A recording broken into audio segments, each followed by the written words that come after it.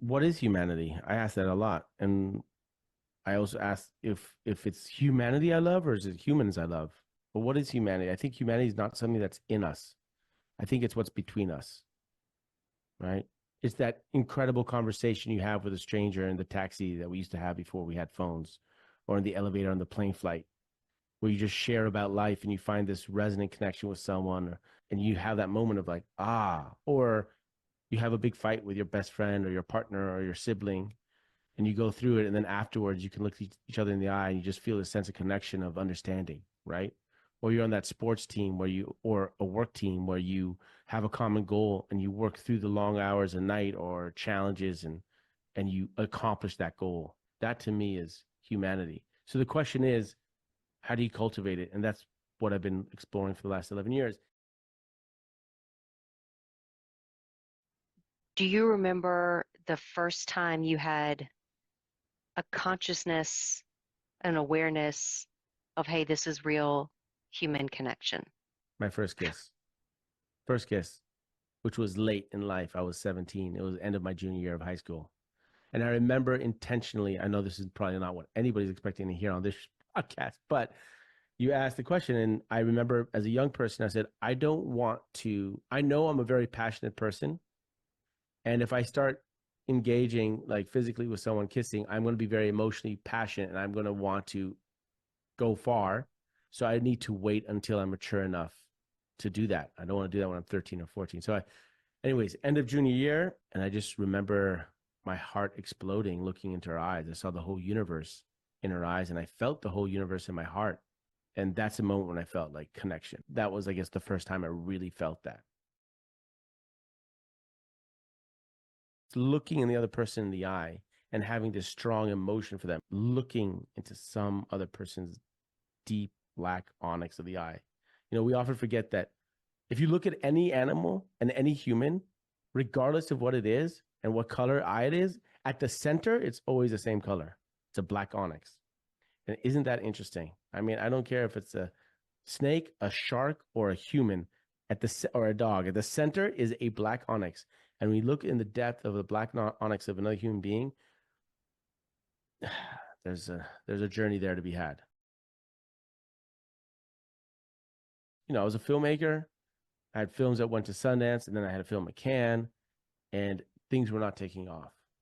You know, I had films set up, and it was it, but just my friends were doing really well.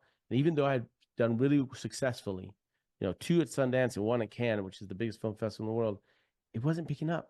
And by accident, I put the film on Vimeo without a password, and it got picked up as short of the week. And in 1 week, I had 400, 500,000 views in 1 week. And that was a big, hey, wait a second. What game am I playing?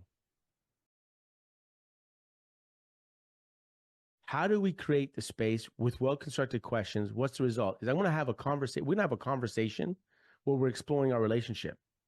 I mean, what is exploring a relationship? Here's the formula. The quality of your life is commensurate to the quality of your relationships. Well, then how do I have quality relationships? One way to do it is have quality conversations. We're humans. We're blessed with the ability to communicate our ideas and stories. It's what makes us so successful as humans. We can communicate ideas and emotions and stories and beliefs. Okay, how do we have good conversations? Create the space and ask well-constructed questions. So if you create the space and you ask well-constructed questions, you can have incredible conversations. Guess what? If you have incredible conversations, you have incredible relationships. If you have incredible relationships, you can have incredible life. Why? Because your relationships reflect your experience of what it means to be human and to be alive. You don't sleep in the kitchen and you don't cook in the bedroom. You do certain things in certain spaces. So are we articulating the rooms we're in the house of our relationship? Okay, we're talking about work, right? Mm-hmm. What kind of meeting are we having right now? Do we tell the people to do that? The reason you tell them about the space you're in is so that you're articulating what is permissible, what's acceptable, what we're suggesting. This is the behavior that we want. This is the game we're playing. It's like, okay, if we call a meeting, what kind of meeting is this? Are we brainstorming? Because how many times are you in a brainstorming meeting where everyone's brainstorming at the end, there's no decisions made? People are upset. Wait, hold on. This was a brainstorming meeting. So don't expect us to end up with a decision, or vice versa. It is a decision-making meeting. You're not interested in new ideas. We need to decide who's doing what by when and how. We got to be clear about what kind of meeting this is. And that's part of the space. Let's not confuse comfort and safety. Or let's not confuse discomfort with being unsafe. Safety is imperative, but discomfort is great. If I'm going to jump off a bungee, if I'm going to go bungee jumping, in theory, I should be safe because these guys have done it all the time. The rope is tested. But am I uncomfortable? Absolutely, I'm uncomfortable. But that doesn't mean I'm not safe. Now, in your conversations at work or with your relationships, are you safe? How do we create that safety? Well, part of it is articulating, hey, what's the room we're in? What are the rules? What are the boundaries here? What is expected? What are permissible? Now we can ask these well-constructed questions that put us in discomfort, and we can actually be uncomfortable because we know we're safe. But just because you're uncomfortable does not mean you're not safe. And vice versa, just because you feel comfortable does not actually mean you're safe. There's a lot of power in the questions.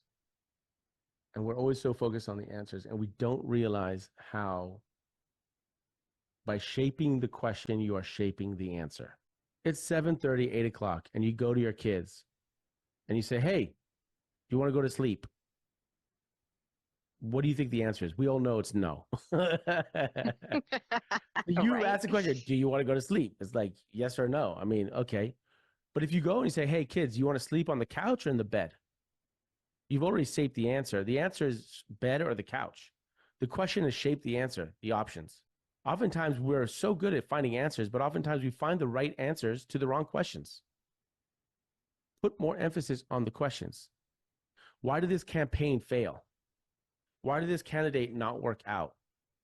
What about saying, let me change that question.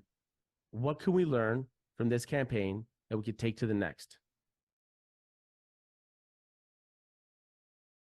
If your partner comes to you and asks you a complicated question out of the blue, you're not wondering about the answer. You're wondering, where's this coming from? And so you're not engaging with the heart, if you will. You're engaging with your mind to protect you, right? Because the mind is built to protect you while the heart's built to connect you. So how do you connect to the heart, right? That's the question. So in the workplace, it's a little more challenging, right? Because yeah, we want you to tell your opinions, but we're also protecting ourselves because our livelihoods and the power dynamics. So as a leader, how do you create the space that invites conflict, discomfort, so that you can harness that conflict to make better decisions, find opportunities, but do it in a way that's constructive?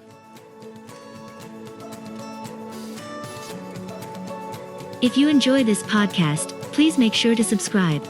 And to stay updated on everything that the Action Catalyst is up to, make sure to follow us on Facebook and Instagram at Action Catalyst Podcast and on Twitter at Catalyst_Action. And thanks for listening.